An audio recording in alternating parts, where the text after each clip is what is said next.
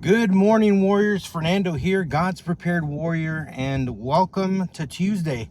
Guys, thank you so much for joining the live stream last night. It was such a great time to be with you guys. We all look forward to Mondays. You know, it's myself and all of us on YouTube included, those also on TikTok. I am so glad that you guys joined me last night. It was so much fun.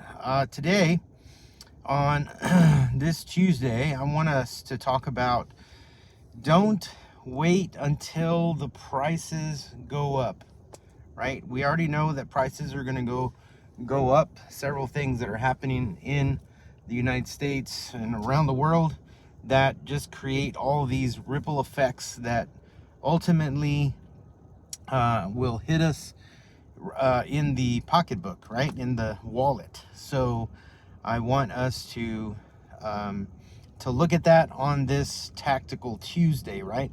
And so, I think it's important that we don't wait until something becomes expensive or difficult to, find before, we start preparing for it, right? We've talked recently about food production, supply chains. We talked about drought. We talked about El Nino, right? And we've even talked about major companies, changing the way they operate, or in yesterday's conversation, just closing down indefinitely, right? And so here's the lesson that I want us to think about. The best time to prepare for a shortage is before there's ever a shortage, right? We already are seeing concerns about weather patterns, right? We're seeing all of these things happening around the world. We're seeing so many earthquakes that are happening. We're seeing, all of these volcanoes that are erupting. All of this stuff is happening, right? We're seeing, problems in agriculture, the beef shortage. We're seeing fertilizer supplies being disrupted because of oil.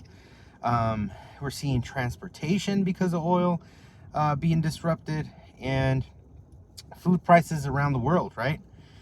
The World Food Program is preparing for potential food security impacts from the developing El Nino, while the U.S. agriculture groups are warning about vulnerabilities in fertilizer and shipping supplies, right?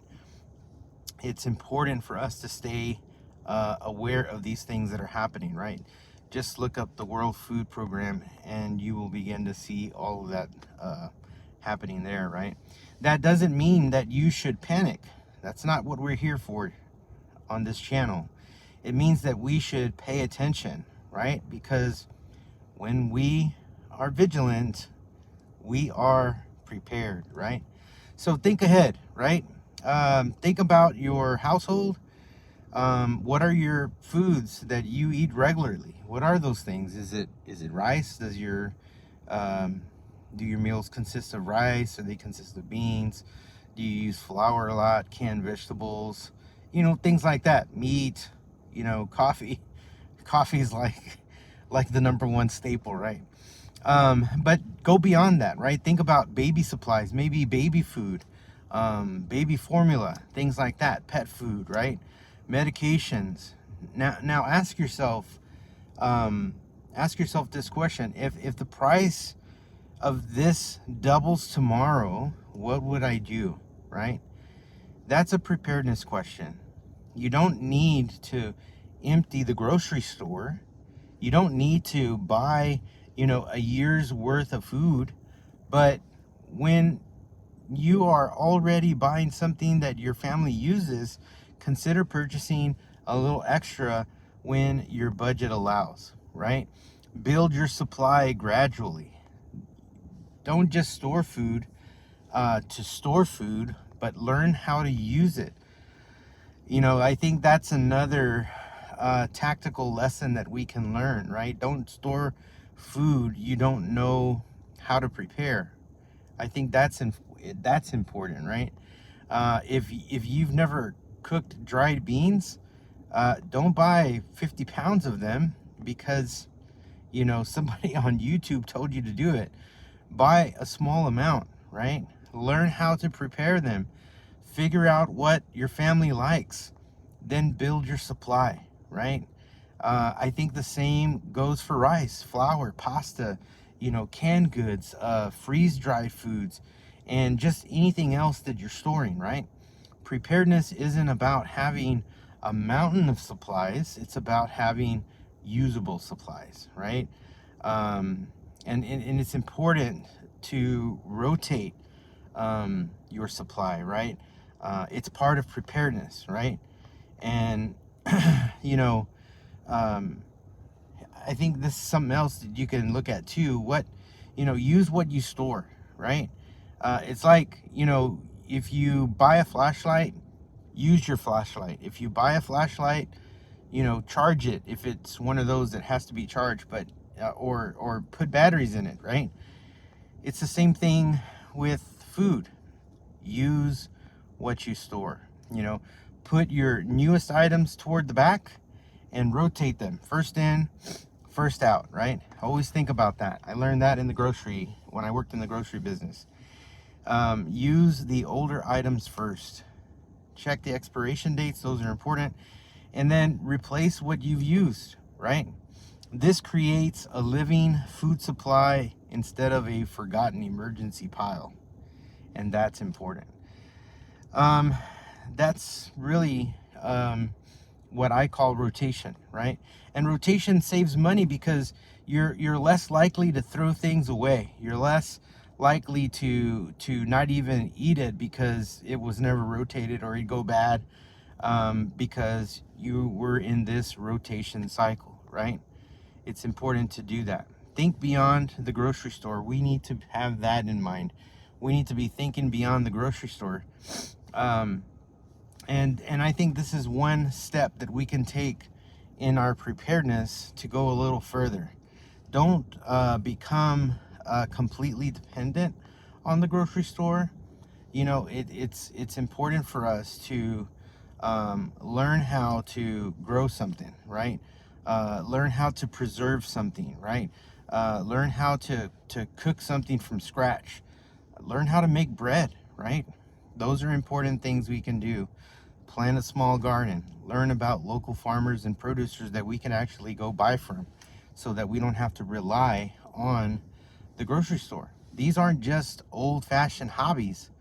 They are skills. And skills, don't expire because the grocery store is temporarily out of stock.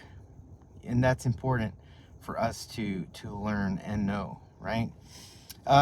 There's a biblical principle behind all of this. Proverbs 21:20 says, "The wise store up choice food and olive oil, but fools gulp theirs down," right? The principle isn't about hoarding, it's about wisdom. It's about recognizing that there will be times when resources are abundant and then times when resources are kind of limited, right? The wise person doesn't consume everything today without thinking about tomorrow. The practice is stewardship, right? And that's exactly what we're trying to teach here at God's Prepared Warrior, right? Prepare without panic, store without hoarding, plan without fear, and trust God while doing your part. That's the important thing, right? So I want to challenge you today. Here's your challenge. Go into your pantry, pick 5 foods that your family regularly eats. Look at what you have, then ask, could my family go a few weeks without buying these? If the answer is no, don't panic. You've just discovered an opportunity. It's an opportunity for you to build, right? Start building on that supply gradually. Buy one extra item. Learn one new preparation method. Learn how to rotate it on the shelf. Learn how to keep an inventory. Plant one thing. Learn one skill.